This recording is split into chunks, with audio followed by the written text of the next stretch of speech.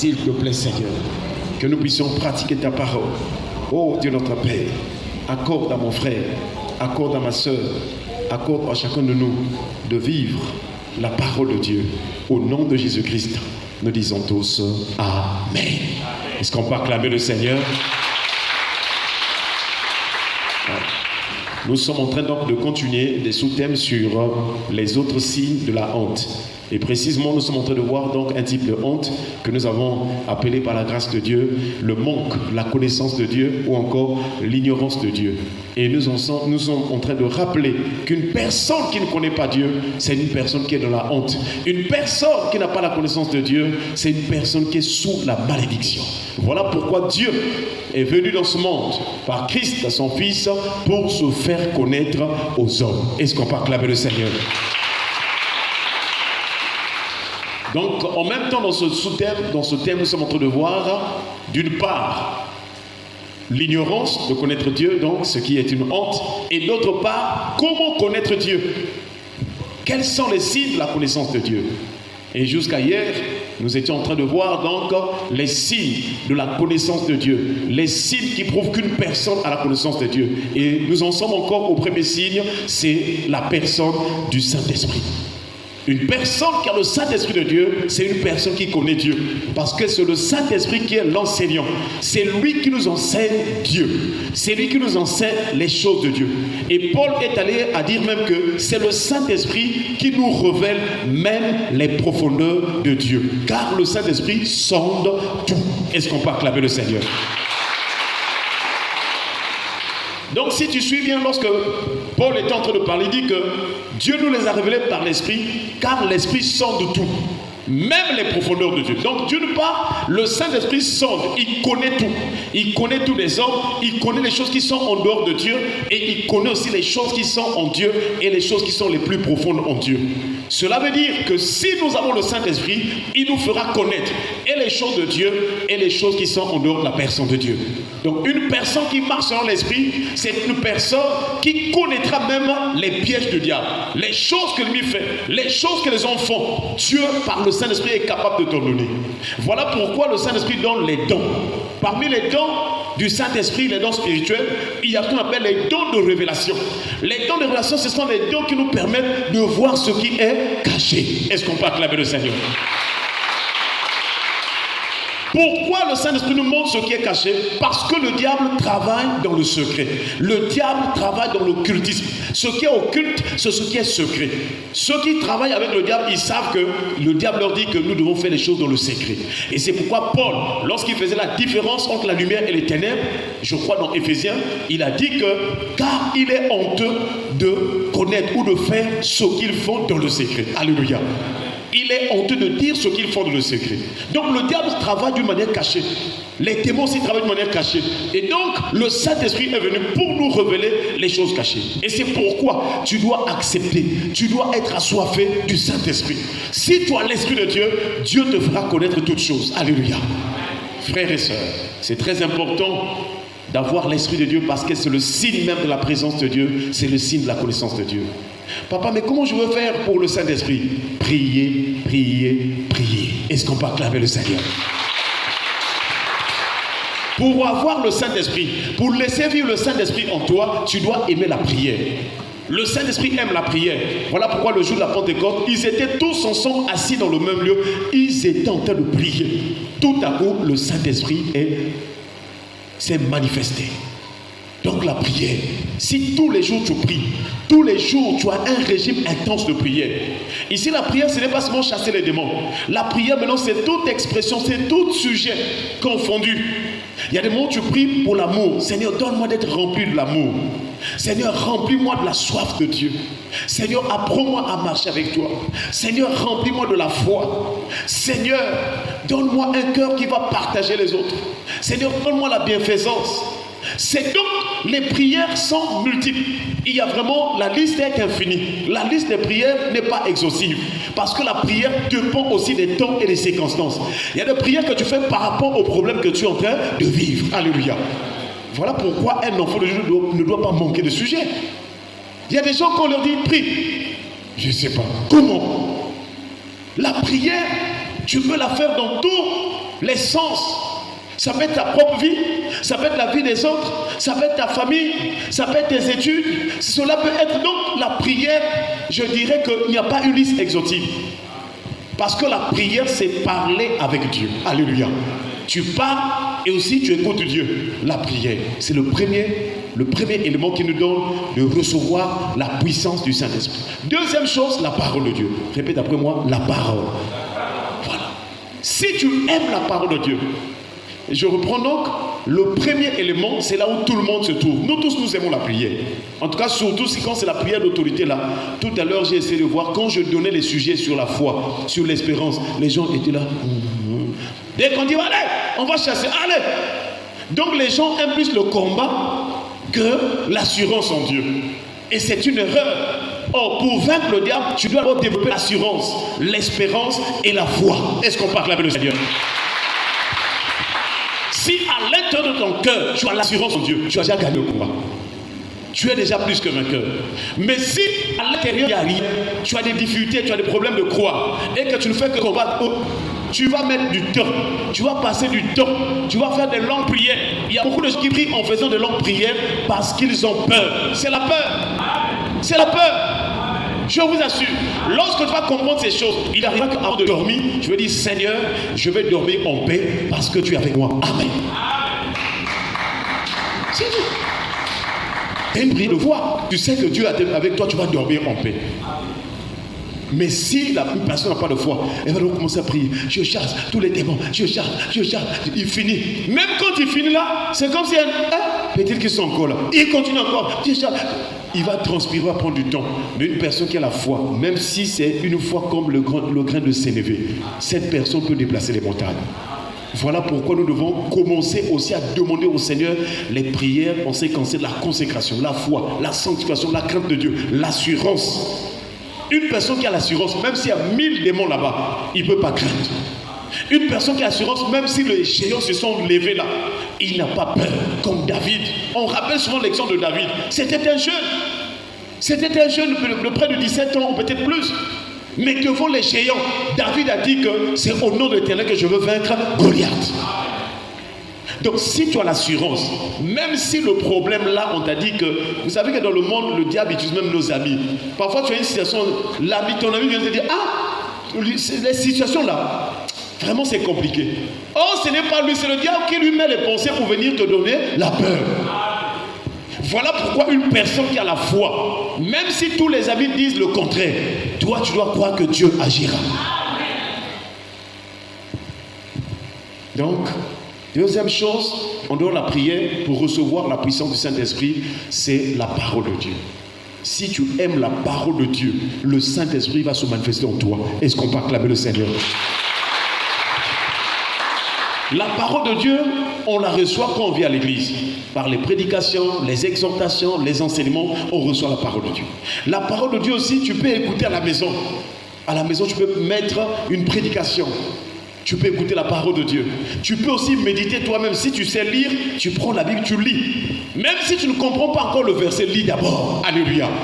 L'eunuque éthiopien, il a quitté Jérusalem en train d'adorer. Dans Actes chapitre 8, il marchait. Il est arrivé quelque part, il s'est arrêté sur son char. Il a pris le livre du prophète Isaïe. Isaïe chapitre 4, 53. Il commençait à lire. Il ne comprenait pas. Mais quand même, il lisait.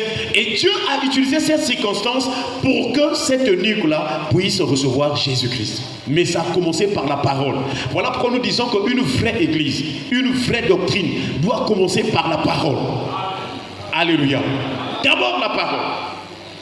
C'est pas quand vous arrivez quelque part, oh il y a séminaire de délivrance. Dès que vous arrivez comme ça, on commence à faire des pochettes. Recevez. Les gens tombent. Non, ça c'est la distraction.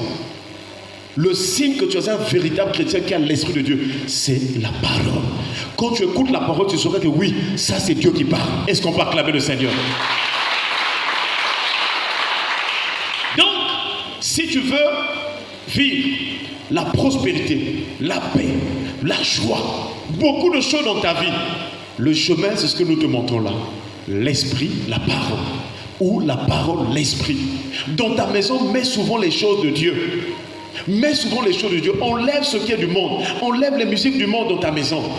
Même si tu n'as qu'une radio, n'écoute pas les radios ou la radio qui met les chansons du monde. Mets les chansons de Dieu. Parce que ce qui est de Dieu attire la présence de Dieu. N'oublie jamais cela. Dans ce monde, les choses sont partagées. Quand tu mets les choses du diable, qui va venir? Le diable. Quand tu mets les choses de Dieu, qui va venir? Dieu. C'est simple de comprendre. Troisième élément qui peut nous donner le Saint-Esprit. Donc nous avons dit, premier élément qui nous donne le Saint-Esprit, c'est la prière, par la prière, comme le jour de la Pentecôte, Actes chapitre 2. Tu peux prendre la partie du verset 1 jusqu'au verset 5 ou 4. Deuxième chose qui peut donner la vie de le Saint-Esprit, c'est la parole. Actes chapitre 10, avec l'histoire de Corneille. Je vais commencer à partir du verset 30 même jusqu'à 44. Troisième élément, troisième moyen par lequel on peut recevoir le Saint-Esprit, c'est par l'imposition des mains des serviteurs de Dieu. Est-ce qu'on peut acclamer le Seigneur? C'est très important qu'on t'impose les mains. Bien sûr, pas n'importe qui. Si le serviteur de Dieu qui t'impose les mains, c'est un sorcier. Lorsqu'il t'impose les mains, il te communique quoi? La sorcellerie. C'est comme ça, parce que les mains là, ce sont des portes. Les mains que vous voyez là, les mains, ce sont des portes. Il y a des choses qui entrent par les mains, qui sortent par les mains. Il y a beaucoup de portes. Dans notre corps là, quand tu marches, il y a beaucoup de portes. Les yeux, ce sont aussi des portes. Les oreilles, ce sont aussi des portes. La bouche, c'est aussi des portes. Les mains aussi, c'est des portes. Les pieds aussi, c'est des portes. Voilà pourquoi si on jette les fétiches, quand tu vas là-bas, tu piétines, ça rentre par les pieds. Attention, attention. Voilà pourquoi quand nous prions, il faut dire que toutes les portes d'entrée de l'ennemi soient fermées. Que Dieu bloque, que Dieu détruise les portes. Donc il faut que, maintenant si tu es en Christ, Jésus-Christ, dans Apocalypse il a dit, c'est Jésus-Christ qui tient la clé de David. C'est lui qui ouvre et personne ne fermera. C'est lui qui ferme et personne n'ouvrira. Est-ce qu'on peut acclamer le Seigneur? Donc l'imposition des mains des apôtres véhicule aussi ou communique le Saint-Esprit. Dans Actes chapitre 8, lorsque Philippe est allé prêcher dans Samarie, il a fini de prêcher, la Bible déclare qu'ils ont fait appel à Pierre et Jean afin que les Samaritains là, qui avaient cru en Jésus-Christ reçoivent le Saint-Esprit. Mais je ne dis pas que tu dois tout le temps donner ta tête à n'importe qui. Tu vas dans un séminaire, tu donnes ta tête. Tu viens, si tu tombes sur une mauvaise personne, il te communique.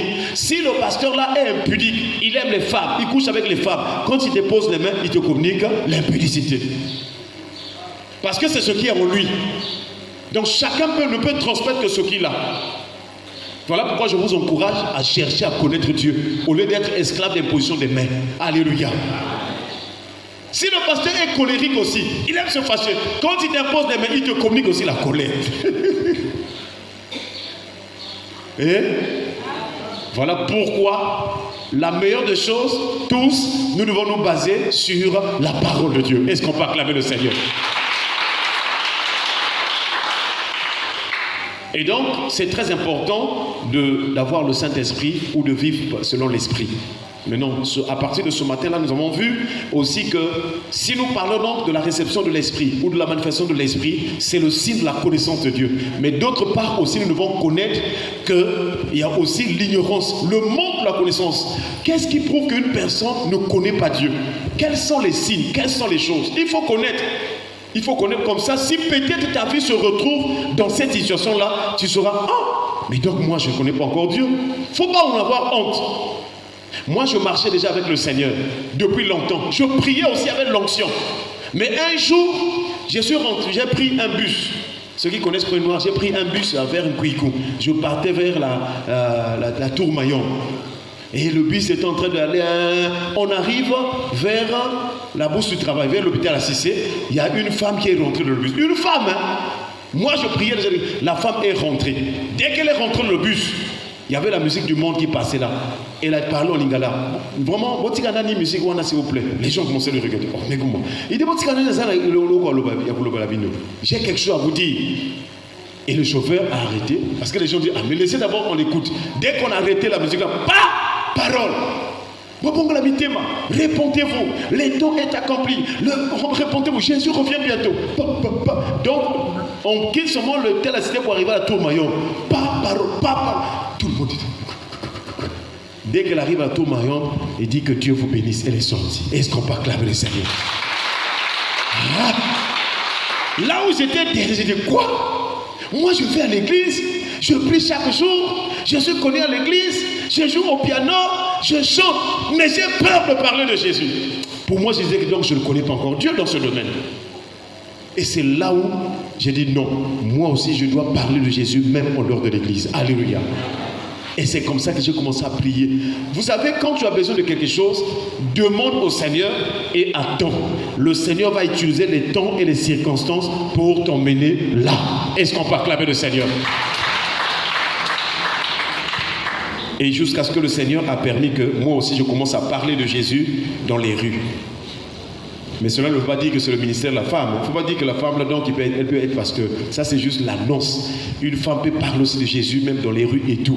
Mais une femme ne peut pas être pasteur dans l'église. C'est elle qui tient l'église, c'est elle qui conduit, c'est elle qui donne des instructions. Ça, ce n'est pas biblique.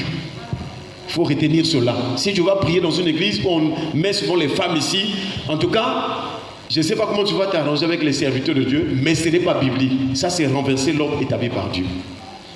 Ce n'est pas de Dieu. Et dans toute la Bible, si vous connaissez un passage où une femme a été pasteur, il n'y en a pas. Il n'y en a pas. Dans toute la Bible, il n'y en a pas. C'est ça qui emmène le désordre. Toutes les églises qui mettent les femmes devant là, c'est du désordre. Il y aura quelque chose qui va manquer. Il y aura quelque chose du diable qui va s'insérer dans cette église-là. Je vous dis la vérité. Ce ne sont pas des critiques. Oh non, parce qu'on critique. Non, on ne critique pas. Mais nous disons ce qui est biblique. Est-ce qu'on peut acclamer le Seigneur? Quels sont les signes de l'ignorance de Dieu? Comment savoir ceux qui n'ont pas Dieu? Le matin, nous avons vu dans Jude, chapitre 1, verset 17 à 19, une catégorie des personnes qui ne connaissent pas Dieu. La première catégorie des personnes qui ne connaissent pas Dieu, c'est cette catégorie qu'on nous montre, les gens qui n'ont pas l'Esprit de Dieu. Et c'est ce que nous avons lu le matin dans Jude chapitre 1 verset 17 à 19. Il est écrit, mais vous, bien-aimés, souvenez-vous des choses annoncées d'avance par les apôtres de notre Seigneur Jésus-Christ. Il vous disait que dans les derniers temps, il y aurait des moqueurs. Donc les personnes qui n'ont pas Dieu, une personne qui n'a pas Dieu, c'est une personne qui est moqueur. Je ne sais pas si on peut dire aussi moqueuse, mais du moins une personne qui pratique la moquerie. Si dans ta vie, tu es encore dans la moquerie, il y a un problème spirituel. Une véritable personne, un véritable enfant de Dieu, une véritable chrétienne qui a l'Esprit de Dieu ne se moque pas des gens. Même si une personne est pauvre, même si une personne est infirme, tu ne dois pas t'en moquer. Parce que si tu te moques d'une personne, tu te moques de celui qui l'a fait. Alléluia. La moquerie est le signe de l'absence de l'Esprit de Dieu. La moquerie. Mais dans la Bible, quand on parle aussi des moqueurs, ça veut dire des orgueilleux. Des gens qui sont orgueilleux. Dans quoi? Mais on va à l'église. Ah, l'église de quoi? Vos églises là. Vous pensez c'est quoi? Quand vous voyez des gens se moquer de l'église, les gens sont orgueilleux dans les quartiers. Les gens qui vraiment dénigrent l'église, sachez qu'ils n'ont pas l'esprit. Une personne qui a l'Esprit de Dieu, même si c'est une petite église, même si c'est une grande église, même je ne sais pas si c'est une église qui n'est pas construite, il sait par l'Esprit de Dieu que là où 2 ou 3 sont réunis au nom de Jésus, Dieu est au milieu d'eux. Ce ne sont pas des bâtiments qui vont aller au ciel. Ce ne sont pas, oh non, l'église est bien construite, oh, il y a une bonne organisation. Il y a des églises qui sont bien organisées. Vous voyez que le culte est bien dressé, tout est calculé, tout est vraiment chronométré. Donc on voit le timing est respecté, mais Dieu n'est pas là. L'Esprit de Dieu n'est pas là. Alléluia. Les pharisiens étaient des gens qui étaient réglés dans tout ce qu'ils faisaient, mais ils n'avaient pas Dieu. Donc, les moqueurs, les orgueilleux, ce sont des personnes qui n'ont pas l'esprit. Parce qu'une personne qui a l'esprit, elle a la compassion. Elle sait comment souffrir avec les autres. Elle sait comment vraiment aider les autres. Elle partage la douleur avec les autres. Alléluia.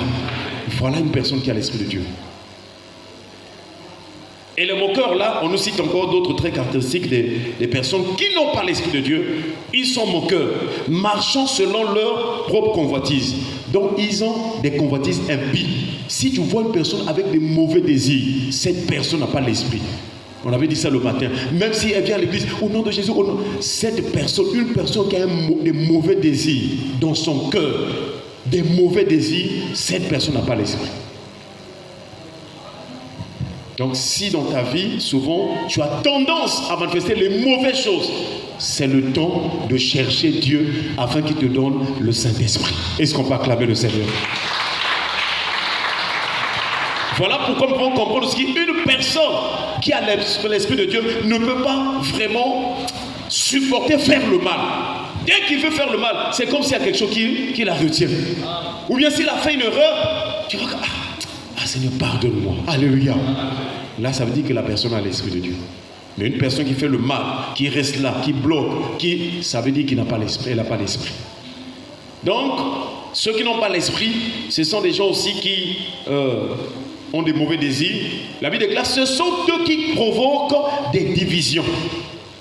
Donc, une personne qui n'a pas l'Esprit de Dieu, aussi, elle divise les amis, elle divise la famille, elle divise l'église. Si une personne n'a pas l'Esprit, quand il rentre dans cette église, elle va commencer, elle va voir, maman est-elle, est-ce que le pasteur a dit, moi je ne suis pas content, pourquoi le pasteur veut dire comme ça là? Moi je quitte l'église. Cette personne n'a pas l'Esprit. On ne vient pas à l'église pour le pasteur. On ne vient pas à l'église pour le frère et tel. Même si c'est une personne qui t'a invité à l'église. Dès lors que tu as trouvé Jésus, tu restes attaché à Jésus-Christ seul. Lui, c'est seulement un moyen que Dieu a permis pour que tu viennes à l'église. Mais la personne la plus importante pour toi, c'est Jésus. Voilà pourquoi Philippe et Nathanaël, dans Jean chapitre 1, verset 47, Philippe, il a rencontré Nathanaël. Il a dit à Nathanaël, nous avons trouvé celui de qui Moïse a écrit dans la loi et donc les prophètes ont parlé, Jésus de Nazareth. Nathanaël lui a dit, peut-il venir de Nazareth quelque chose de bon? Il a dit quoi? Viens et vois. Est-ce qu'on peut acclamer le Seigneur? Quand Nathanaël a rencontré Jésus-Christ, la personne idéale, la personne la plus excellente, Nathanaël s'est attaché à Christ. C'était plus encore Philippe. Donc Philippe a fait sa mission, il a invité Nathanaël vers Christ. Et quand Nathanaël a rencontré Christ, et Jésus a commencé à parler à Nathanaël, moi je t'avais déjà vu quand tu étais encore sous le figuier. Voilà pourquoi j'aimerais te dire, même si on t'a invité à l'église, Jésus te connaissait avant que tu viennes à l'église.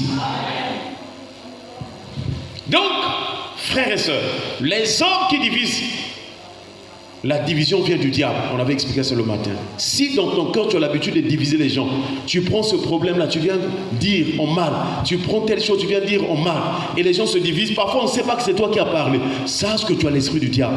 Il faut chercher la repentance. Si tu meurs dans cette condition-là, c'est grave. Ton âme ira en enfer. Attention, attention. Ne calomnie pas ton prochain en secret. C'est ce que la Bible déclare. Ceux qui montent à la montagne de l'Éternel, le signe, il doit avoir les mains innocentes et le cœur pur. Il ne doit pas vraiment pratiquer le mensonge. Il ne doit pas calomnier. Très important, parce que beaucoup de gens sont en train de mourir dans les péchés. Et c'est triste. Mais toi qui as la grâce d'écouter la parole de vérité, c'est le temps de prier le Seigneur pour que tu vives cette parole. Est-ce qu'on peut acclamer le Seigneur? Est-ce que tu es en train de comprendre la parole de Dieu? Les gens qui n'ont pas l'esprit, non seulement ils divisent les gens, mais la Bible déclare que ce sont des hommes sensuels. Sensuels, ça dit qu'ils sont charnels. Ils aiment tous les goûts. Si la bière arrive, c'est bon. Si les femmes arrivent, c'est bon. Si c'est la cigarette, donc ils se livrent à tout. C'est eux qui vont chercher les goûts. Vont chercher les goûts et les plaisirs eux-mêmes. Si tu vois une personne, même si elle est pasteur, si c'est un pasteur, un bishop, un conducteur d'une communauté, si tu vois qu'il est attiré à tout ce qui se passe dans ce monde-là, le foot, sache qu'il n'a pas l'esprit. Parce que quand quelqu'un a l'esprit de Dieu, l'esprit le prend de là où il était, il l'emmène dans la consécration, il le met à part. Une personne qui a l'esprit de Dieu est en retrait. C'est une personne qui cherche la femme. Voyez-vous Moïse, il passait par exemple 40 jours et 40 jours dans la présence de Dieu. Quand on marche avec Dieu, on a besoin d'être en retrait. Parce que dans le monde, il y a trop de bruit. Dans le monde, il y a trop de confusion. Dans le monde, il y a trop de choses. Il y a du désordre dans le monde. Voilà pourquoi quand on marche Dieu, on doit avoir des moments de retraite. Est-ce qu'on peut acclamer le Seigneur? Parce que le bruit de Sodome et Gomorrhe ne peut pas te permettre d'être en paix. La Bible déclare que Lot tourmentait journellement son âme à cause de ce qu'il voyait et entendait à Sodome. Tu n'as jamais remarqué que quand tu es à l'église, parfois tu es en paix. Mais dès que tu vas à la maison, même la musique du voisin, là, ça te dérange. Parce que c'est quelque chose du monde. Voilà pourquoi nous devons avoir cette vie de retraite, cette vie d'intimité, cette vie parfois tu quittes, vraiment tu vas quelque part seul avec Dieu. C'est très important. Ça va nous permettre vraiment de te maintenir de la voie du Seigneur. Est-ce qu'on peut acclamer le Seigneur? Attention au goût et au plaisir. Moi je pense qu'une personne qui est réellement baptisée, rien que pendant le baptême, quand tu es en train de recevoir le baptême, c'est là où tu dois dire au monde, je ne suis plus avec toi. Je ne partage plus tes goûts et tes désirs. Une personne qui passe par le baptême, ce jour-là doit dire au monde, je ne suis plus avec toi. Voilà. Parce que le baptême, c'est un acte de consécration à Dieu. Pour terminer, on va prendre un autre texte biblique. Nous sommes dans Hébreux chapitre 3, le verset 10. Ça, c'est la deuxième catégorie de personnes qui n'ont pas l'esprit. La première catégorie, c'est ceux-là, nous voyons plutôt qui ceux qui ne connaissent pas Dieu. Donc la deuxième catégorie, la première catégorie de ceux qui ne connaissent pas Dieu, c'est ceux qui n'ont pas la première catégorie, c'est ceux qui n'ont pas l'esprit. La deuxième catégorie de personnes, c'est les personnes qui prient. Mais nous allons voir ce que le Seigneur dit à propos. Hébreux chapitre 3, le verset 10. Il est écrit: aussi je fus irrité contre cette génération. Et je dis, ils ont toujours un cœur qui s'égare. Ils n'ont pas connu mes voies. Est-ce qu'on peut acclamer le Seigneur? Donc le signe qu'une personne ne connaît pas Dieu, celle-ci ne connaît pas les voies de Dieu. Parce que Dieu, c'est une personne, mais Dieu aussi a ses voies. Dieu a ses voies. Si tu connais Dieu, tu dois marcher dans les voies de Dieu. Nous avons pris l'exemple de Bartimée. Lorsqu'il était mendiant aveugle, il était au bord du chemin. Il demandait les choses et tout. Mais quand Jésus l'a guéri, quand Jésus lui a ouvert les yeux, la Bible déclare que l'aveugle suivit Jésus sur le chemin. Une personne qui a Dieu doit suivre le Seigneur, doit marcher sur le chemin du Seigneur, dans les voies de Dieu. Même si tu retournes au village, on fait le fétiche là-bas. Toi, tu ne vas pas faire le fétiche parce que tu suis la voie de Dieu. Mais il y a des chrétiens, en ville ici, ils prient. Dès qu'il arrive au village, on fait les tout le monde s'en vouloir, le cahier, le couillou, on fait tout. Après, quand il revient encore, on fait oh Jésus, Yahweh t'obéit. Oh, tu te trompes toi-même. Parce que ce que tu fais là, c'est ce que Israël faisait. Israël avait Dieu. Israël marchait avec Dieu. Mais lorsqu'Israël est sorti d'Égypte, quand il a commencé à rencontrer les nations païennes, Israël a commencé à se prostituer avec les nations païennes. Donc si tu es chrétien et que tu vas encore prendre ou voir ou convoiter les choses du monde, les choses des païens, les choses vraiment impures, tu es une prostituée. C'est une idolâtrie. Et tu vis comme Israël et c'est dangereux. Peut-être Dieu nous permettra de voir quelques marches d'Israël dans la prostitution. Donc, ils se sont dit, ainsi je fus irrité contre cette génération. C'était toute une génération. Et la majorité de ceux qui étaient dans cette première génération en Israël, la génération qui est sortie d'Égypte pour entrer là, dans le désert, tous étaient morts. La majorité. C'est comme dans ce monde, dans cette génération, beaucoup de gens vont mourir. Pourquoi? Parce qu'ils sont en train de suivre les voies vraiment impures. Les gens préfèrent le péché que Dieu. Alors que c'est Dieu qui fait tout dans notre vie. Les gens ne veulent pas la sanctification. Remarquez même dans les églises et les serviteurs et les prédications. Ils ont presque supprimé les prédications de la repentance. Il n'y en a plus. Il n'y en a plus presque. Pour dire aux gens que répentez-vous. Il y a beaucoup de prophètes, mais ils n'avertissent pas le peuple. Or, un véritable prophète, c'est celui qui sonne la trompette pour avertir. Car au milieu du monde, il y a l'épée qui est là. Alléluia. Nous devons avertir les autres que nous sommes dans le temps de la fin. Préparons-nous. Préparons-nous.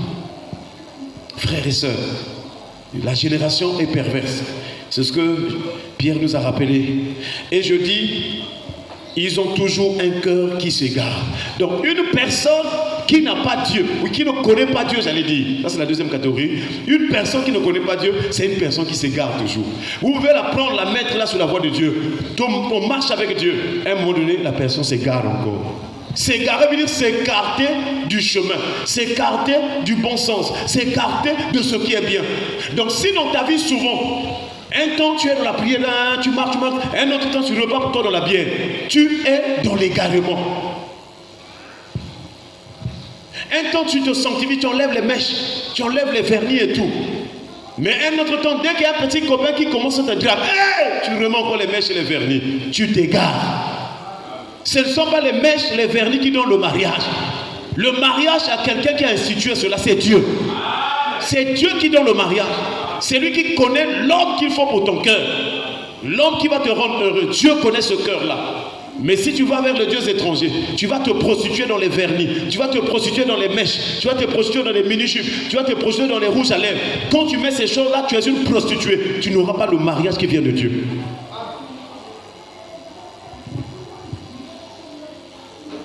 Mais un tel, met le vernis et s'est marié.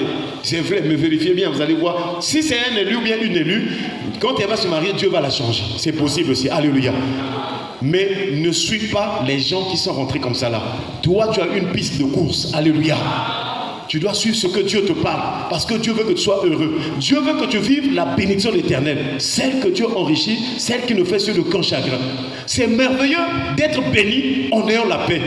Mais c'est pas bien, tu as les richesses, mais tu es tout remonté. Alléluia. Donc, l'égarement, c'est le signe qu'une personne ne connaît pas Dieu. L'égarement. Et c'est pourquoi Dieu dit, il a un cœur qui s'égare. Ils n'ont pas connu mes voies. Donc si une personne a l'habitude de s'égarer, c'est qu'il ne connaît pas encore la voie du Seigneur. Parce que si tu connais la voie du Seigneur, c'est tout un choix. Tu sais que Dieu n'aime pas l'impudicité. La voie du Seigneur, ce n'est pas l'impudicité, ce n'est pas le concubinage. Je ne dois pas avoir une copine. Je ne dois pas faire les relations sexuelles hors mariage, sans mariage. La voie de Dieu, c'est la sanctification. C'est ça, tu dois suivre cette voie-là. Et Dieu lui-même va te donner les possibilités pour que tu puisses vraiment aller épouser ta femme. Pour que tu trouves une femme aussi qui va maintenant accepter que vous marchez la sanctification. Mais la plupart du temps, le frère, il est impudique, il trouve aussi la sœur impudique. Mais si les deux impudiques se sont rencontrés, est-ce qu'il remet la sanctification? Rien. Rien. Que Dieu nous aide. Je vous assure, beaucoup sont en train de tomber, beaucoup sont en train de partir. Mais que le Seigneur nous délivre de l'égarement au nom de Jésus. L'égarement veut dire aussi le désordre. Le désordre. Donc une église qui ne respecte pas la parole de Dieu, qui ne prêche pas la sainte doctrine, c'est une église désordonnée. Même si les gens s'habillent en veste, les gens sont bien habillés, je ne dis pas que la veste est mauvaise, il faut bien s'habiller quand tu l'as. Alléluia. Mais ce ne sont pas les apparences là qui prouvent que vous êtes avec Dieu. C'est ce que je voulais dire. Donc le désordre dans la prière, le désordre dans la nomination des responsables, le désordre dans le culte. Les gens ont pris l'habitude, ils pensent que non, c'est l'onction du Saint-Esprit, la présence de Dieu. Dès que les gens arrivent, il y a des églises qui ne demandent plus pardon à Dieu. Dès qu'ils arrivent, le modérateur commence, je sens la présence de Dieu. Dieu est là, il est là. Qui est là? Un cœur qui n'est pas pour. On s'approche de Dieu sans demander pardon. On s'approche de Dieu sans vraiment préparer le cœur. Mais c'est toute une présence, c'est toute une maison. Il faut entrer. Avant d'entrer, il faut se préparer. Est-ce qu'on peut acclamer le Seigneur? Même quand tu pries à la maison, pour entrer à la présence, il faut se préparer. Parce que la journée est longue. Peut-être que tes yeux, tu avais vu quelqu'un, tu avais péché. Peut-être que tes oreilles, tu passais, tu étais dans le bus, tu as écouté une mauvaise musique. Mais avant de rentrer, il faut dire, Seigneur, pardonne-moi. C'est ça. Jacques nous explique, approchez-vous de Dieu et il s'approchera de vous. Mais il a expliqué comment s'approcher de Dieu. Nettoyez vos mêmes pécheurs. Purifiez vos cœurs, hommes irrésolus. Il a expliqué, c'est le Nouveau Testament, ce n'est pas l'Ancien Testament. Je vous assure, Dieu est saint. On ne peut pas rentrer sale dans sa maison. Faisons un effort d'aimer la sanctification, la sainteté. Et vous allez voir que même en cours de route, si tu es sanctifié, quand tu pries à l'instant, Dieu peut te visiter. Est-ce qu'on peut acclamer le Seigneur? L'égarement donc, c'est le désordre. Est-ce que toi tu vis dans le désordre? C'est aussi le dérèglement, l'égarement. Changer l'ordre établi par Dieu. Dieu a dit, voilà, vous devez faire telle chose, alors vous changez. Aujourd'hui, il y a des fausses doctrines. Dieu a dit qu'on doit payer, donner la dîme. Mais il y a des pasteurs qui sont venus, non. Dans le Nouveau Testament, il n'y a pas un passage où on a dit donner la dîme. Il n'y a pas un passage. Les apôtres n'ont pas fait cela. Vérifiez dans la parole. Il n'y en a pas. Mais c'est vous qui vous n'avez pas des yeux pour voir. La dîme a plusieurs significations de la Bible. Il y a des appellations de la dîme dans la Bible. Tant dans l'Ancien Testament que dans le Nouveau Testament. Par exemple, la dîme peut être considérée comme un apport. Dieu, quand il rassemble son peuple, il demande qu'on apporte des choses. Et les choses qu'on apporte ont plusieurs noms. Parmi les noms, nous avons la dîme, les offrandes, les actions de grâce. Nous avons les prémices. Nous avons beaucoup de choses qui constituent les apports envers Dieu. Si vous supprimez la dîme, supprimez aussi les offrandes. Et les gens ont tendance à dire que nous pratiquons la libéralité. La Bible dit, mais la libéralité, qu'est-ce que la libéralité? Est-ce que réellement vous pratiquez la libéralité? Parce que dans l'église primitive, quand on dit la libéralité, ils avaient tout en commun. Si toi tu vends la parcelle, tu apportes tout l'argent, tu mets là devant le pasteur. Si toi tu vends ta voiture, tu prends tout l'argent, toi tu ne dois pas utiliser, tu donnes au pasteur, lui à utiliser. Est-ce qu'il y a une église qui pratique cela? Est-ce qu'il y a une église qui pratique cela? Non. Toujours et non vraiment. Alléluia. Est-ce qu'on peut acclamer le Seigneur? Voilà, je vais terminer par lorsque les gens venaient donner devant Jésus les offrandes. Jésus était là, il y avait le tronc qui était là. Jésus était là, les gens venaient donner. La Bible déclare, Jésus dit qu'il y avait une pauvre veuve qui n'avait que 2 petites pièces. Et quand elle a donné, Jésus dit de tous ceux qui ont donné, c'est la pauvre veuve qui a donné la meilleure offrande, bien ce qui est mieux. Pourquoi? Parce qu'elle n'avait que les 2 petites pièces, mais elle avait tout donné. C'est Jésus qui dit que c'est elle qui a bien donné. Mais les riches qui donnaient là, il dit qu'ils ont donné le superflu. Ça veut dire que la libéralité, il faut tout donner. Amen. Je ne sais pas si je me fais comprendre. Amen. Voilà. Donc, c'est là où nous comprenons que si le Seigneur